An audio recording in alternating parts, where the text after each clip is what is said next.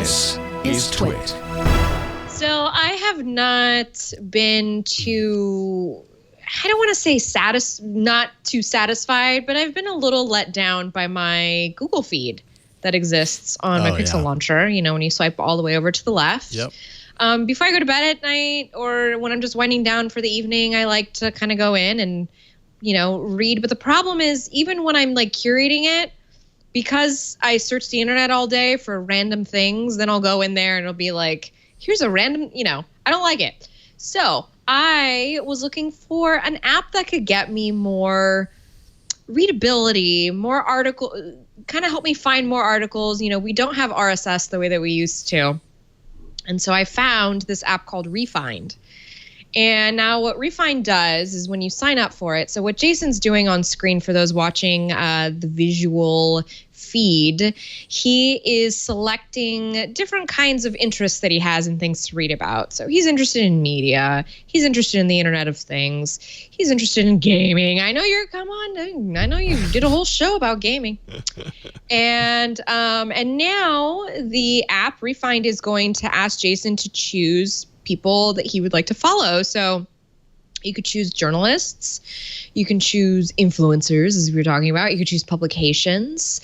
You could choose people, just people that you find interesting and follow. Anil Dash is on there.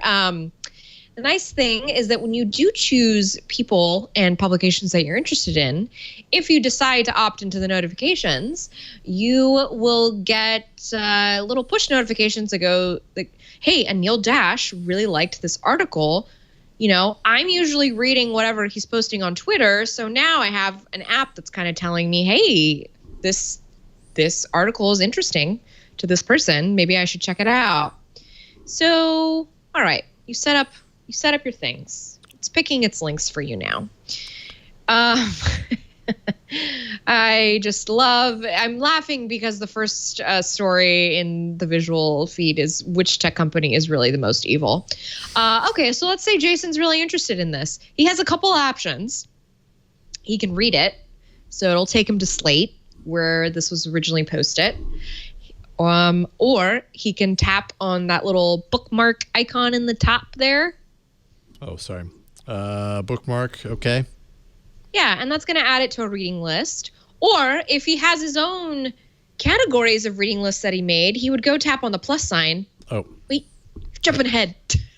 He would go tap on the plus sign, and then he would add it to a specific reading list that he made. Maybe you have a private reading list, maybe whatever, you have a collection of things. Okay, you don't, so exit out of that one. Maybe he wants to listen to it, so he would hit the little audio icon, and then listen. It's not produced. Oh, what just happened there?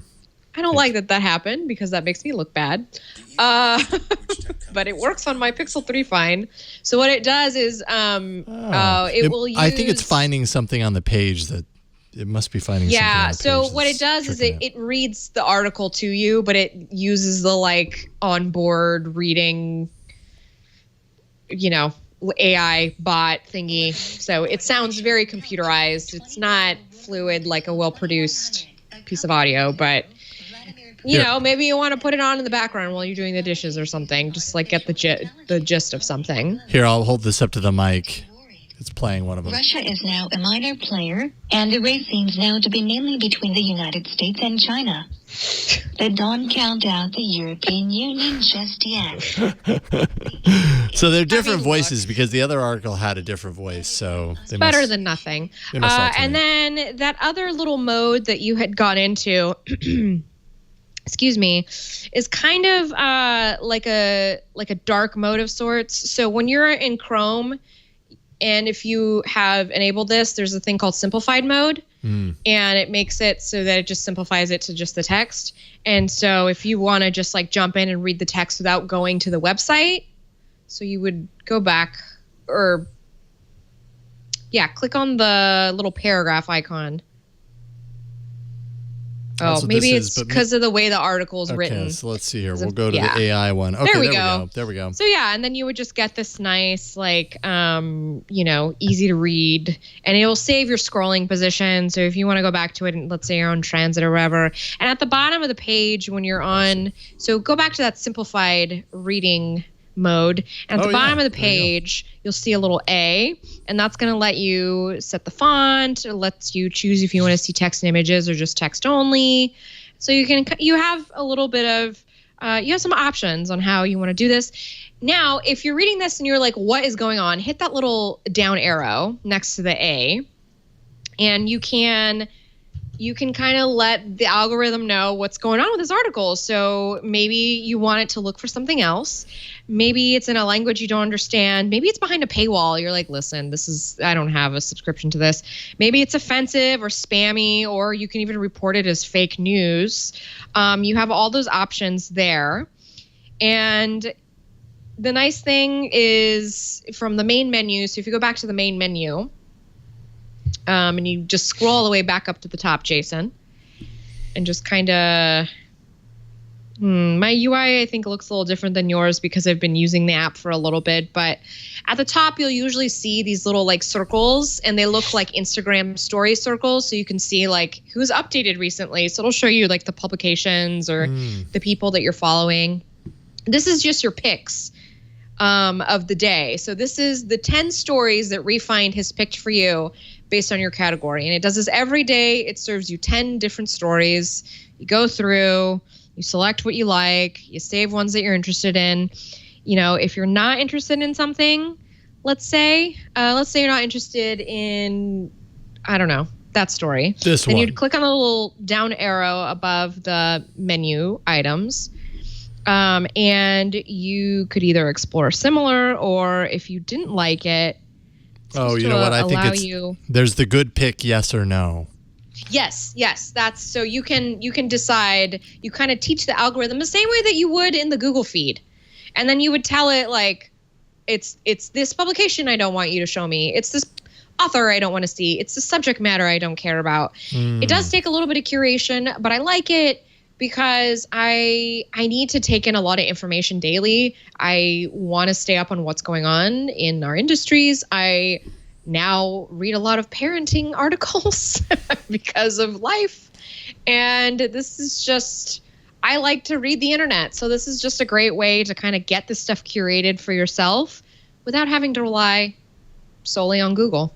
And again, this has really great reviews in the Play Store, 4.8 out of 5 right now. They have customer service help. So if there's something you don't like about the content, you can contact a person.